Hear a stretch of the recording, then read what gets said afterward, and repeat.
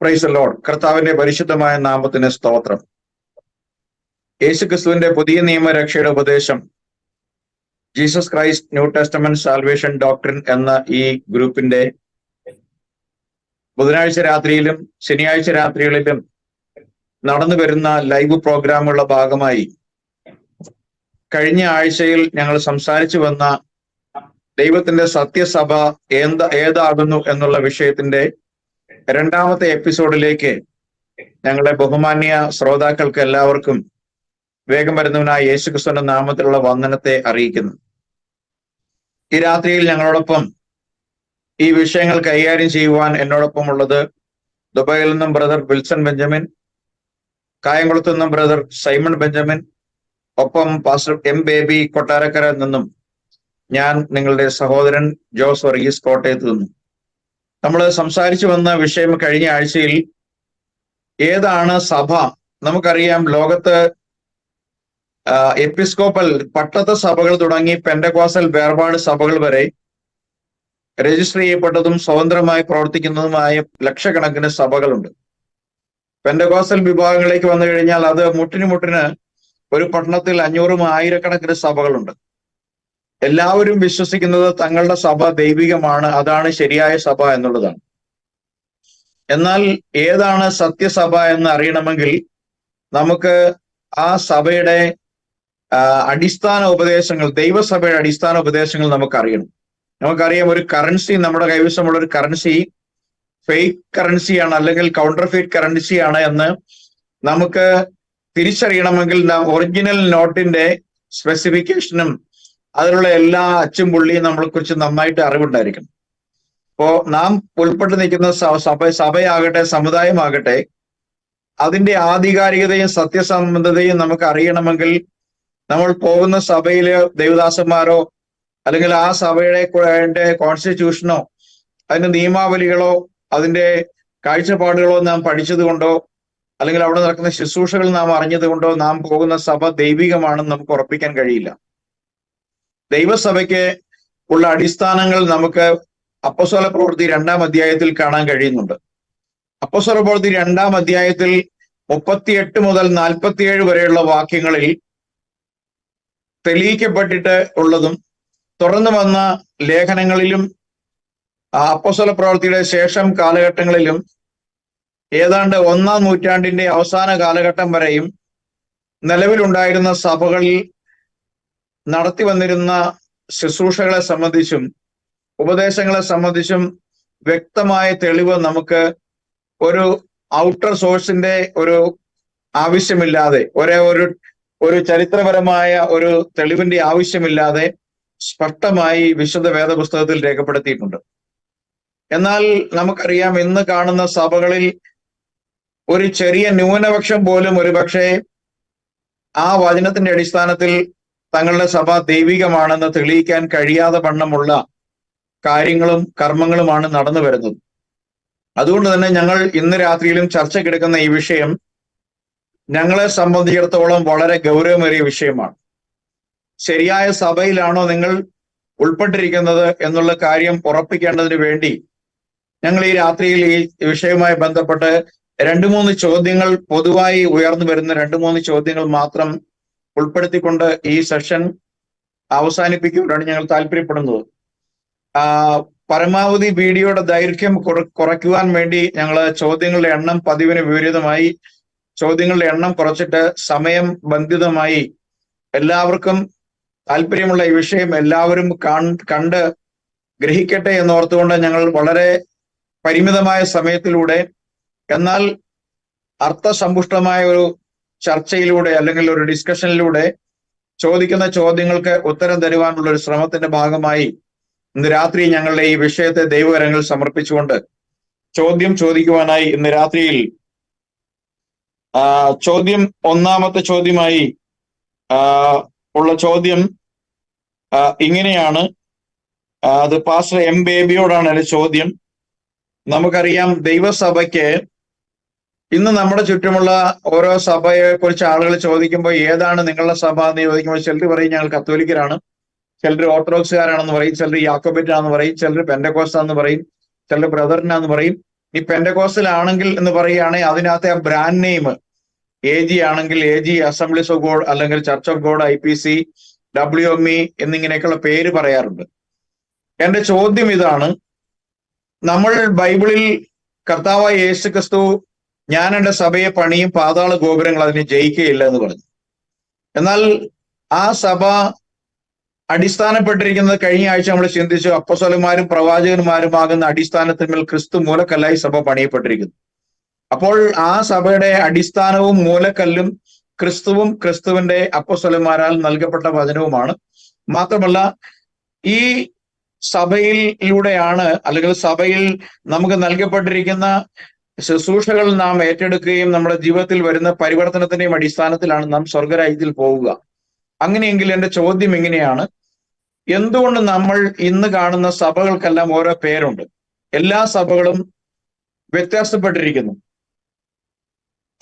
ഇങ്ങനെ ഒരു കാര്യം വേദപുസ്തകത്തിൽ കാണാനുള്ളതായിട്ട് നമുക്കറിയാൻ കഴിയില്ല. കാരണം കത്തോലിക്കയോ പെന്റക്കോസ്റ്റോ ബാപ്റ്റിസ്റ്റോ ബ്രദറിനോ മെതോഡിസ്റ്റോ ഇങ്ങനെയുള്ള യാതൊരുവിധ സഭകളും ബൈബിളിൽ കാണുന്നില്ല. അപ്പോൾ യെരുശലേമിൽ ആരംഭിക്കപ്പെട്ട സഭയ്ക്കുടെ പേര് എന്തായിരുന്നു? അങ്ങനെ ഒരു പ്രത്യേകമായ പേര് ആ സഭയ്ക്ക് ഉണ്ടായിരുന്നുവോ? ഇതാണ് എന്റെ ചോദ്യം.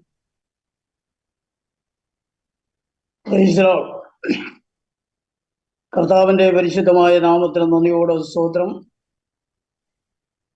അനുഗ്രഹിക്കപ്പെട്ടതായ വളരെ പ്രസക്തമായിട്ടുള്ള ഒരു ചോദ്യമാണ് കർത്താവിന്റെ ദാസൻ ചോദിക്കുവാനിടയായിത്തീർന്നത്. കർത്താവിന്റെ ദാസനെയും കൂടെയുള്ള മറ്റ് പ്രിയപ്പെട്ട കർത്തൃദാസന്മാരെ എല്ലാവരെയും കർത്താവ് ധാരാളമായി അനുഗ്രഹിക്കുമാറാകട്ടെ എന്ന് പ്രാർത്ഥിക്കുകയാണ്. എൻ്റെ ചോദ്യത്തിനുള്ള മറുപടിയായി, കർത്താവിന്റെ സഭ പണിയപ്പെടുമ്പോൾ ഏതെങ്കിലും ഒരു സംഘടനയുടെ പേരിലല്ല സഭ പണിയപ്പെടുവാനിടയായി തീർന്നത് എന്ന് വളരെ വ്യക്തമായിട്ട് തിരുവചനം നമ്മെ പഠിപ്പിക്കുന്നുണ്ട്. കത്തോലിക്ക, ഓർത്തഡോക്സ്, അംഗ്ലിക്കൻ, മെതോഡിസ്റ്റ്, പെന്തക്കോസ്ത് സഭ എന്നിങ്ങനെ ഏതെങ്കിലും സംഘടനയുടെ പേരിലല്ല സഭ രൂപീകൃതമായത് എന്ന് വളരെ വ്യക്തമായിട്ട് നമുക്ക് കാണുവാൻ കഴിയുന്നു. അതിലെ കൂടുതൽ വിശദീകരണമില്ലാതെ ചില കാര്യങ്ങൾ ഓർമ്മപ്പെടുത്തുവാൻ ആഗ്രഹിക്കുന്നത്, അപ്പോസ്തല പ്രവൃത്തി 2-ാം അധ്യായത്തിന്റെ 44 മുതൽ 47 വരെയുള്ളതായ വേദഭാഗങ്ങൾ വായിക്കുവാൻ താല്പര്യപ്പെടുകയാണ്. വിശ്വസിച്ചവർ എല്ലാവരും ഒരുമിച്ചിരുന്ന് സകലവും പൊതുവകയെന്ന് എണ്ണുകയും ജന്മഭൂമികളും വസ്തുക്കളും വിറ്റ് അവനവൻ ആവശ്യമുള്ളതുപോലെ എല്ലാവർക്കും പങ്കിടുകയും ഒരുമനപ്പെട്ട് ദിനംപ്രതി ദൈവാലയത്തിൽ കൂടി വരികയും വീട്ടിൽ അപ്പം നുറുക്കിക്കൊണ്ട് ഉല്ലാസവും ഹൃദയ പരമാർത്ഥതയും കൊണ്ട് ഭക്ഷണം കഴിക്കുകയും ദൈവത്തെ സ്തുതിക്കുകയും സകല ജനത്തിന്റെ കൃപ അനുഭവിക്കുകയും ചെയ്തു എന്ന് അവിടെ കാണുവാൻ കഴിയും. അതിന്റെ അവസാന ഭാഗത്തിൽ നമ്മൾ വായിക്കുന്നത്, കർത്താവ് രക്ഷിക്കപ്പെടുന്നവരെ സഭയോട് ചേർത്തുകൊണ്ടിരുന്നു എന്നാണ്. ഇവിടെ നമുക്ക് മനസ്സിലാക്കുവാൻ കഴിയുന്നത്, രക്ഷിക്കപ്പെട്ടവരുടെ കൂട്ടത്തെയാണ് സഭ എന്ന് വിളിക്കപ്പെട്ടിരിക്കുന്നത്. അല്ലാതെ ഏതെങ്കിലും സംഘടനയ്ക്ക് സഭ എന്ന് പേരില്ല. സഭയ്ക്ക് ഏതെങ്കിലും സംഘടനയുടെ പേരും ദൈവത്താൽ നൽകപ്പെട്ടിട്ടില്ല. അതെല്ലാം മാനുഷികമാകുന്ന ചിന്തയിലൂടെ കടന്നു വന്നിട്ടുള്ള ആലോചനകളാണ്. അങ്ങനെ മനുഷ്യര് ഉണ്ടാക്കിയ ഓരോ സംഘടനകളാണ് വിവിധ പേരുകളിൽ ലോകത്തിൽ നാം അറിയപ്പെടുന്നത് എന്ന് വളരെ വ്യക്തമാണ്. അതുപോലെ തന്നെ ഒരു വാക്യം കൂടെ വായിക്കുവാനായിട്ട് താല്പര്യപ്പെടുകയാണ്. കൊരിന്തിയ ലേഖനം 1-ാമത്തെ ലേഖനം 12-ാം അധ്യായത്തിന്റെ 28-ാമത്തെ വാക്യഭാഗം വായിക്കുമ്പോൾ, ദൈവം സഭയിൽ ഒന്നാമത് അപ്പോസ്തലന്മാർ, രണ്ടാമത് പ്രവാചകന്മാർ, മൂന്നാമത് ഉപദേഷ്ടാക്കന്മാർ, ഇങ്ങനെ ഓരോരുത്തരെ നിയമിക്കുകയും പിന്നെ വീര്യപ്രവൃത്തികൾ, രോഗശാന്തികളുടെ വരം, സഹായം ചെയ്യുവാനുള്ള വരം, പരിപാലന വരം, വിവിധ ഭാഷാവരം എന്നിവ നൽകുകയും ചെയ്തു എന്ന് നമുക്ക് കാണുവാൻ കഴിയുകയാണ്. അവിടെയും പറഞ്ഞിരിക്കുന്നത്, ദൈവം സഭയിൽ ഒന്നാമത് അപ്പോസ്തലന്മാർ, രണ്ടാമത് പ്രവാചകന്മാർ, മൂന്നാമത് ഉപദേഷ്ടാക്കന്മാർ എന്നിങ്ങനെ സഭയുടെ ചുമതലക്കാരായി ചില വ്യക്തി ജീവിതങ്ങളെ കർത്താവ് തിരഞ്ഞെടുക്കുന്നതിനെ സംബന്ധിച്ച് അവിടെ രേഖപ്പെടുത്തി കാണുവാൻ കഴിയുകയാണ്. അവിടെയും സഭ എന്ന് മാത്രമല്ലാതെ അതിന് പ്രത്യേകമായിട്ടുള്ള ഒരു നാമകരണം ചെയ്തതായി കാണുവാൻ കഴിയുന്നില്ല. യെരുശലേമിൽ സ്ഥാപിക്കപ്പെട്ടതായ സഭയ്ക്കും പ്രത്യേകമായിട്ടൊരു സഭയുടെ പേര് നൽകിയിട്ടുള്ളതായി നമുക്ക് കാണുവാൻ കഴിയുന്നില്ല. സഭ എന്ന് മാത്രമേ, അത് ദൈവസഭ അല്ലെങ്കിൽ കർത്താവിന്റെ സഭ, കർത്താവിനാൽ പണിയപ്പെട്ട സഭ എന്ന് മാത്രമേ നമുക്ക് കാണുവാൻ കഴിയുന്നുള്ളൂ. അത് വിളിച്ചു വേർതിരിക്കപ്പെട്ടവരുടെ കൂട്ടമാണ് എന്നും നമുക്ക് പഠിക്കുവാൻ കഴിയുന്നുണ്ട്. സ്തോത്രം. ആദ്യ നൂറ്റാണ്ടിൽ അഥവാ പെന്തക്കോസ് നാളിൽ ദൈവത്താൽ രൂപം കൊണ്ട സഭയാണ് സത്യസഭ. അന്നത്തെ അനുഭവമുള്ളവരാണ് സഭയുടെ അംഗങ്ങൾ. അല്ലാത്തതൊന്നും സഭയല്ല. സഭയല്ലാത്തതിനെ ഒന്നും ദൈവം അംഗീകരിക്കുകയുമില്ല എന്ന് ദൈവവചനം വളരെ വ്യക്തമായി പഠിപ്പിക്കും. താൻ വിളിച്ചു വേർതിരിക്കപ്പെട്ടതായ വിശ്വാസ കൂട്ടത്തെ ചേർക്കുവാനായിട്ടാണ് നമ്മുടെ അരുമനാഥൻ ഈ ലോകത്തിലേക്ക് കടന്നു വരുവാൻ പോകുന്നത്. യഥാർത്ഥമായി പെന്തക്കോസ്ത് നാളിൽ ദൈവത്താൽ തെരഞ്ഞെടുക്കപ്പെട്ടതായ ആ സഭയുടെ ഉപദേശ സത്യത്തിൽ നിലനിൽക്കുന്നവർക്ക് മാത്രമാണ് കർത്താവിന്റെ രാജ്യത്തിൽ കടന്നു പോകുവാൻ, കർത്താവിന്റെ വരവെങ്കിൽ അവനോടുകൂടെ ചേരുവാൻ കഴിയുന്നത്. അല്ലാത്തതൊന്നും സഭയല്ല. സഭയെ അല്ലാത്തതിനെ ഒന്നിനെയും കർത്താവ് ചേർക്കുകയില്ല. ദൈവം ഈ വാക്കുകൾ എല്ലാവരെയും അനുഗ്രഹിക്കുമാറാകട്ടെ എന്ന് പ്രാർത്ഥിക്കുന്നു. Praise the Lord. Thank you brother, thank you pastor. വളരെ വ്യക്തമാണ്. സഭ എന്ന് പറയുന്നത് ദൈവം വിളിച്ചു വേർതിരിക്കപ്പെട്ടവരുടെ കൂട്ടമാണ്. 1-ാം നൂറ്റാണ്ടിലെ സഭ പുതുതായി ജനിച്ച യേശുക്രിസ്തുവിന്റെ ആത്മാവിനാലും ജലത്താലും പുതുതായി ജനിച്ചവരുടെ കൂട്ടായ്മയാണ് സഭ. ആ സഭയ്ക്ക് പ്രത്യേകമായി ലോകപരമായ പേരുകളില്ല. ആ സഭയിലേക്ക് കർത്താവ് രക്ഷിക്കപ്പെട്ടവരെ ചേർക്കുകയാണ് എന്നാണ് കർത്താവിന്റെ ദാസൻ പറഞ്ഞു വെച്ചത്. തീർച്ചയായും വളരെ വ്യക്തമാണ് ഉത്തരം. ഞാൻ അടുത്ത ചോദ്യം ചോദിക്കാനായിട്ട് പോകുന്നത് ബ്രദർ വിൽസൺ ബെഞ്ചമിനോടാണ്. ചോദ്യം നമ്പറിൽ ഇവിടെ 3-ാമത്തെ ചോദ്യമായിട്ടുണ്ട്. 1-ാം നൂറ്റാണ്ടിൽ ആരംഭിച്ച സഭയ്ക്ക് ആക്ച്വലി എന്താണ് സംഭവിച്ചത്? നമ്മൾ ഇന്ന് കാണുന്ന ഉപദേശ വിരുദ്ധതയും വിഗ്രഹാരാധനയും ആചാരങ്ങളൊക്കെയും ഈ സഭയിൽ എങ്ങനെയാണ് കടന്നുകൂടിയത്? അതിന്റെ ചരിത്രപരമായ വസ്തുതകൾ, പശ്ചാത്തലങ്ങൾ എന്തെങ്കിലും അവതരിപ്പിക്കാൻ താല്പര്യമുണ്ടെങ്കിൽ അതും കൂടി അവതരിപ്പിക്കാനുള്ള സമയമുണ്ട്. Praise the Lord. കർത്താവായ യേശു മിശിഹായ്ക്ക് മഹത്വം ഉണ്ടായിരിക്കട്ടെ. എല്ലാ വെളിപ്പാടുകളും കർത്താവിന്റെ ആത്മാവാൽ ലഭിക്കുന്നത് കൊണ്ട് കർത്താവിനെ അതിയായി ഈ സമയത്ത് സ്തുതിക്കുന്നു. ചോദിച്ച ചോദ്യം അനുസരിച്ച് എന്തുകൊണ്ട് ആദിമസഭ അതിന്റെ സ്വരൂപം ഇന്ന് നമുക്ക് മുഖ്യ ധാരയിൽ കാണുവാൻ സാധിക്കത്തില്ല എന്ന് ഈ സഭയിൽ കടന്നു വന്നു എന്ന് ഉള്ള കാര്യമാണ് നമ്മൾ കാണുന്നത്. ഇതിനുള്ള ഉത്തരം നമുക്ക് വളരെ വ്യക്തമായിട്ട് വചനം നമുക്ക് നൽകുന്നുണ്ട്. അതുകൊണ്ട് ചരിത്രപരമായി ഇതിനെ കൊണ്ടുപോകുകയാണെങ്കിൽ നമുക്ക് ഒത്തിരി അതിനെ എക്സ്പ്ലെയിൻ ചെയ്യേണ്ടി വരും. പക്ഷേ നമുക്ക് വചനത്തിൽ കാണുവാൻ സാധിക്കും. ആദ്യത്തെ ഉടമ്പടി ദൈവം തന്റെ ജനത്തോട് ചെയ്ത, മോശയിൽ കൂടെ ചെയ്ത ഉടമ്പടിയിൽ നമ്മൾ കാണുന്നു അവർ അടിമത്വത്തിൽ നിന്നും വിടുവിക്കപ്പെടുന്നു. അതുപോലെ തന്നെയാണ് മരണത്തിന്റെ അടിമത്വത്തിൽ നിന്നും പുതിയ നിയമത്തിൽ നമ്മൾ വിടുവിക്കപ്പെടുന്നത്. അത് നമ്മൾ ശരിയായ ആ ഒരു തുടക്കം നമ്മൾ ചെയ്താൽ, അതായത് മാനസാന്തരവും പാപമോചനവും അതിൻ്റെ ഒതുള്ള കർത്താവിൻ നാമത്തിൽ വിശ്വസിച്ചുകൊണ്ടുള്ള സ്നാനവും അതിൽ കൂടെ കർത്താവിന്റെ ആത്മാവിനെ പ്രാപിക്കുമ്പോൾ നമ്മൾ ദൈവമക്കളായി മാറുന്നത്. അവനെ കൈക്കൊണ്ട് അവന്റെ നാമത്തിൽ വിശ്വസിക്കുന്ന ഏവർക്കും ദൈവമക്കളാകുവാൻ അവൻ അധികാരം കൊടുത്തു. അപ്പൊ അങ്ങനെ തുടക്കം ചെയ്യുന്ന മക്കളെ പറ്റിയാണ് പറയുന്നത്. അവരെ അടിമത്വത്തിൽ, അവർ മരണത്തിന്റെ അടിമത്വത്തിൽ നിന്ന് വിടുവിക്കപ്പെട്ടവരാന്ന് പറയുന്നത്. അതുപോലെ തന്നെ നമ്മൾ കാണുന്നു പുതിയ നിയമത്തിന്റെ നിഴലായിരുന്ന പഴയ നിയമം. ആ പഴയ നിയമം കർത്താവായ യേശു അന്ന് യഹോവ എന്ന നാമത്തിൽ മോശയ്ക്ക് വെളിപ്പെട്ടപ്പോൾ അവിടെ ചെയ്ത നിയമപ്രകാരം മോശയ്ക്ക് നിയമം നൽകുകയും മോശയോടെല്ലാം പറയുകയും ചെയ്തു. പക്ഷേ അവരുടെ കൂടെ നടന്ന ജനം മോശയിൽ കൂടെ ദൈവം കൊടുത്ത പ്രമാണങ്ങളെ അനുസരിക്കാതെ പലവിധമായ വിഗ്രഹ ആരാധനകൾ അവിടെ തുടങ്ങി. അവരിൽ വെറും 2 പേര് മാത്രമാണ് വാഗ്ദത്തത്തിൽ എത്തിച്ചേർന്നതെന്നുള്ള കാര്യം വളരെ വ്യക്തമായിട്ട് വചനം നമ്മളെ അറിയിപ്പിക്കുന്നു. ജോഷുവയും കാലേബും ഒഴിച്ച്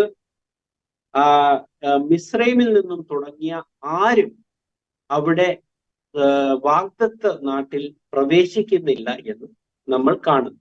അപ്പോൾ എന്തുകൊണ്ടാണ് അവർ പ്രവേശിക്കാത്തതിന് അതിന്റെ കാരണം പറയുന്നത് സങ്കീർത്തനങ്ങൾ 95 വളരെ വ്യക്തമായിട്ട് പറയുന്നു.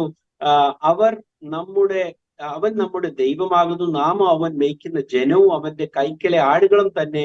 ഇന്ന് നിങ്ങൾ അവന്റെ ശബ്ദം കേൾക്കുന്നു എങ്കിൽ മേരിബായിനെ പോലെയും മരുഭൂമിയിൽ മസലാനിനെ പോലെയും നിങ്ങളുടെ ഹൃദയത്തെ കഠിനമാക്കരുത്.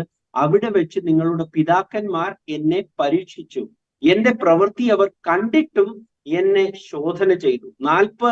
40 ആണ്ട് എനിക്ക് ആ തലമുറയോട് നീരസമുണ്ടായിരുന്നു.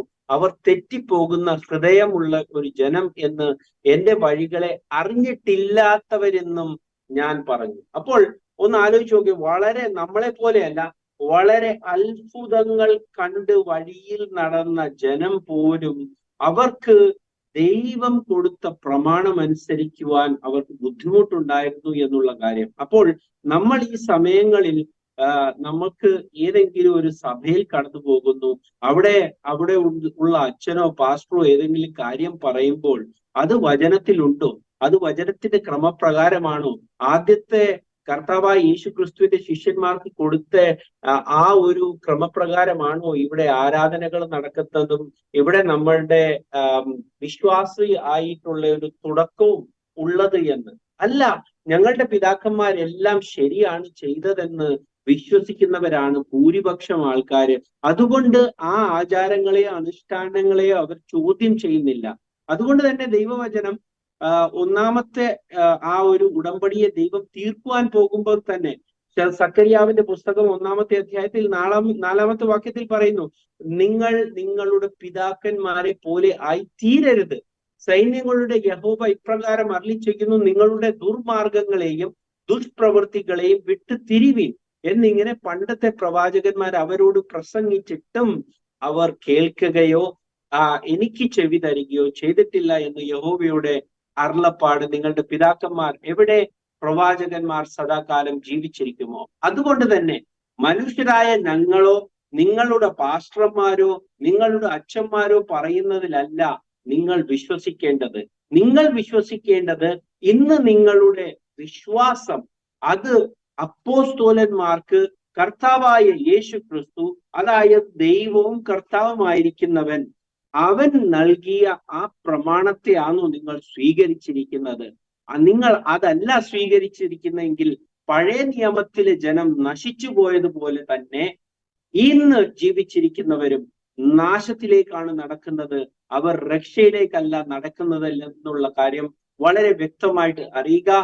എവിടെ വിശ്വാസം പോകുന്നുവോ അവിടുത്തെ ചില ആചാരങ്ങളും അനുഷ്ഠാനങ്ങൾ കൂടി വന്നാണ് ഇന്ന് ആയിരക്കണക്കിന് സഭകൾ ഉണ്ടായതെന്നുള്ള കാര്യം നമുക്ക് ചരിത്രം ഇച്ചിരി പഠിച്ചാൽ വളരെ വ്യക്തമായിട്ട് അറിയുവാൻ സാധിക്കും. ദൈവം നിങ്ങളെ ഇത് എല്ലാം കാണിച്ചു തരട്ടെ എന്ന് പ്രാർത്ഥിക്കുന്നു. Thank you very much. വളരെ വ്യക്തമാണ് ഉത്തരം. കാരണം മിസ്രൈമിൽ നിന്ന് പുറപ്പെട്ട ജനം 1 കൊരിന്ത്യർ 10-ാം അധ്യായത്തിൽ പറയണം, അവരിൽ മിക്കപേരിലും ദൈവം പ്രസാദിച്ചില്ല, അവരെ മരുഭൂമിയിൽ തള്ളിക്കളഞ്ഞു. കർത്താവിന്റെ ദാസൻ അത് ഓർപ്പിച്ചു. 95-ാം സങ്കീർത്തനത്തിൽ നിന്നും ആ കാര്യം ഓർപ്പിച്ചു. ഞങ്ങളെ കേൾക്കുന്നവരായി നിങ്ങളോട് പറയുവാനുള്ളത്, അവർക്ക് സംഭവിച്ചത് നമുക്ക് ദൃഷ്ടാന്തമായിരിക്കുന്നു എന്ന് അവിടെ പറഞ്ഞിരിക്കുന്നു.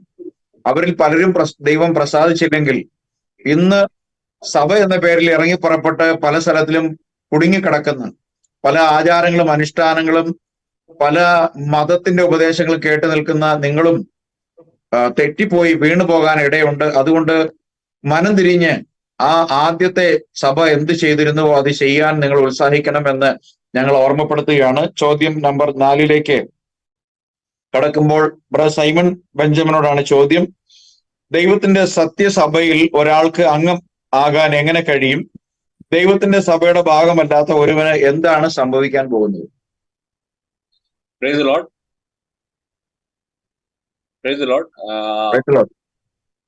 നമ്മള് ഇപ്പം കാണുന്ന പോലെ തന്നെ പല സഭകൾ നമ്മൾ കാണുന്നുണ്ട്. ഒരു ഒരു വേറൊരു വിശ്വാസത്തിൽ നിന്ന്, അല്ലെങ്കിൽ ഒരു ഹിന്ദു, അല്ലെങ്കിൽ വേറൊരു വിശ്വാസം, അല്ലെങ്കിൽ വേറൊരു മതത്തിൽ നിന്ന് വരുന്ന ആൾക്കാർക്ക് നമ്മൾ ആ സഭയുടെ, ഇപ്പൊ തന്നെ നമ്മൾ ഏതെങ്കിലും ഒരു സഭയുടെ പേരെടുക്കുകയാണെങ്കിൽ ആ സഭയുടെ മെമ്പർ ആവണമെങ്കിൽ ആദ്യമേ അവർ വെക്കുന്ന കണ്ടീഷൻസ് ഉണ്ട്. പറഞ്ഞാൽ യേശുവിനെ വിശ്വസിക്കണം, അതുമല്ല അവരുടെ ചർച്ച് പ്രകാരം അവരുടെ ഡോക്ടറിനെ വിശ്വസിക്കണം, അതുമല്ല ആ സഭ കൊടുക്കുന്ന സ്നാനം ഏൽക്കണമെന്നുള്ള ഒരു കണ്ടീഷനാണ് വെക്കുന്നത്. അപ്പൊ യഥാർത്ഥ സഭയുടെ മെമ്പർ ആവണമെങ്കിൽ എന്ത് ചെയ്യണമെന്ന് ചോദിച്ചു കഴിഞ്ഞാൽ അതിനകത്തും ഈ ഒരു പ്രോസസ്സ് തന്നെയാണ് ചെയ്യേണ്ടത്. പക്ഷേ യേശു ആരാന്നുള്ള കാര്യം അറിയണം. ഇപ്പൊ തന്നെ നമ്മൾ അപ്പോസ്തല പ്രവൃത്തി 2:38 പ്രകാരം യേശു കർത്താവും ക്രിസ്തുവാന്നുള്ള വിശ്വാസം, മിക്ക ആൾക്കാരും യേശു ക്രിസ്തുവാന്നുള്ള കാര്യത്തിനകത്ത് ആർക്കും വലിയ സംശയമില്ല. യേശു ആണ് മെഷിയ എന്നുള്ള കാര്യത്തിൽ സംശയമില്ല. പക്ഷെ യേശു തന്നെ കർത്താവാ എന്നുള്ള വിശ്വാസം അത് ചുരുക്കം ആൾക്കാർ, ചില ആൾക്കാർ, ചില സഭകൾ 2 കർത്താക്കന്മാരായിട്ടാണ് പഠിപ്പിക്കുന്നത്. ഒരു ക്യാപിറ്റൽ കർത്താവും ഒന്ന് എൽ മാത്രം ക്യാപിറ്റൽ ഉള്ള ഒരു കർത്താവും പഠിപ്പിക്കുന്നു. അപ്പം ഈ യഥാർത്ഥ സഭയുടെ മെമ്പർ ആവണമെങ്കിൽ അവർ വിശ്വസിക്കുന്ന യേശു തന്നെ കർത്താവ്, ഒരേ കർത്താവേ നമുക്കുള്ളൂ. ആ ദൈവമായ കർത്താവ് തന്നെ ആണ് യേശു ക്രിസ്തു എന്നുള്ള വിശ്വസിക്കുകയും അങ്ങനെ തന്നെ ആ യേശു ക്രിസ്തുവിന്റെ നാമത്തിൽ സ്നാനപ്പെടുന്നവർ മാത്രമാണ് ആ സഭയുടെ മെമ്പറായി തീരുന്നത്. അവര് യേശു ആരാന്നറിയണം, യേശു തന്നെയാണ് നമ്മുടെ കർത്താവ്, പിതാവ് എന്നുള്ള കാര്യം അറിഞ്ഞിരിക്കണം. ആ പിതാവായ യേശു ക്രിസ്തുവിന്റെ നാമത്തിൽ തന്നെ സ്നാനപ്പെടുന്നവർ മാത്രമാണ് പരിശുദ്ധാത്മാവെന്ന ദാനം ലഭിക്കത്തുള്ളൂ. ഇതാണ് ഒരു ക്വാളിറ്റി. സഭ എന്ന് പറഞ്ഞു കഴിഞ്ഞാൽ ക്രിസ്തുവിന്റെ ശരീരമാണ്. ആ ശരീരത്തിന്റെ ഭാഗമാണെങ്കിൽ അവന്റെ ആത്മാവിൽ നമ്മളാവണം.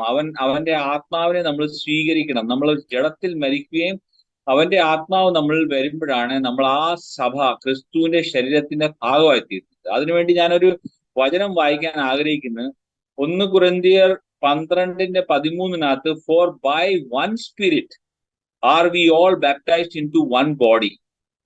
അപ്പം ഒരു ആത്മാവാലായിരിക്കണം നമ്മൾ സ്നാനപ്പെടുന്നത്. അത് ഒരു ശരീരത്തോട്ടാവാൻ വേണ്ടിയാണ്. നമ്മള് പല സഭകളിൽ കാണുന്നുണ്ട്, ഈ ലൗകിക സഭകൾ കാണുന്നുണ്ട്. അവിടെ നമ്മൾ കാണുന്നതെന്ന് പറഞ്ഞാൽ അവര് 3, പിതാവ്, പുത്രൻ, പരിശുദ്ധാത്മാവ്, അവര് 3 വ്യക്തികൾ എങ്ങനെ ആവുന്നെന്നുള്ള കാര്യം അവർക്ക് തന്നെ അറിയത്തില്ല.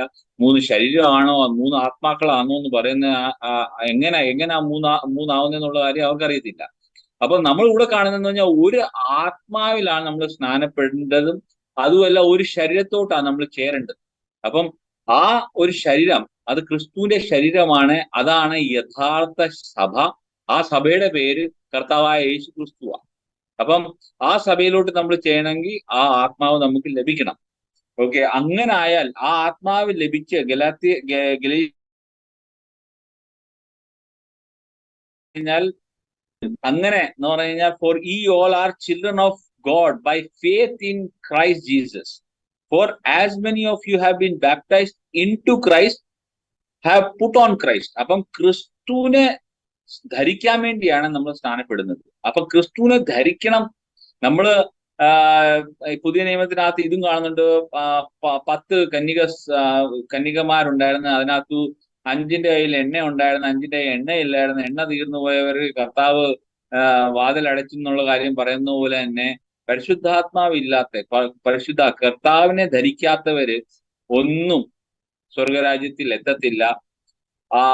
ഈ യഥാർത്ഥ സഭയിൽ ഇല്ലാത്തവർക്ക് എന്തു സംഭവിക്കുന്ന കാര്യം എന്ന് പറഞ്ഞു കഴിഞ്ഞാൽ നമ്മൾ കാണുന്നുണ്ട്. മർക്കോസ് 16:16 പറയുന്നതെന്ന് പറഞ്ഞു കഴിഞ്ഞാൽ വിശ്വസിക്കുകയും സ്നാനപ്പെടുന്നവർ മാത്രം രക്ഷിക്കപ്പെടും. ബാക്കിയുള്ളവരുടെ കാര്യം രക്ഷയൊന്നും ഇല്ല. അവർക്ക് വേണമെങ്കിൽ ഓർഗനൈസേഷന്റെ പാർട്ടായിരിക്കാം. ഇപ്പം തെറ്റായ രീതിയിൽ സ്നാനവും കൊടുത്ത് തെറ്റായ ഉപദേശം പഠിപ്പിച്ച് വേണമെങ്കിൽ അവർക്ക് ആ ഓർഗനൈസേഷന്റെ പാർട്ടാവും. പക്ഷെ സ്വർഗരാജ്യം കിട്ടണമെങ്കിൽ കണ്ടീഷൻ എന്ന് പറഞ്ഞു കഴിഞ്ഞാൽ ക്രിസ്തുവിന്റെ ആത്മാവ്, ക്രിസ്തുവിന്റെ നാമത്തിൽ സ്നാനപ്പെടുകയും ക്രിസ്തുവിന്റെ ആത്മാവിന്റെ ഉടമയായി തീരുമ്പോൾ മാത്രം ക്രിസ്തുവിനെ ധരിക്കും.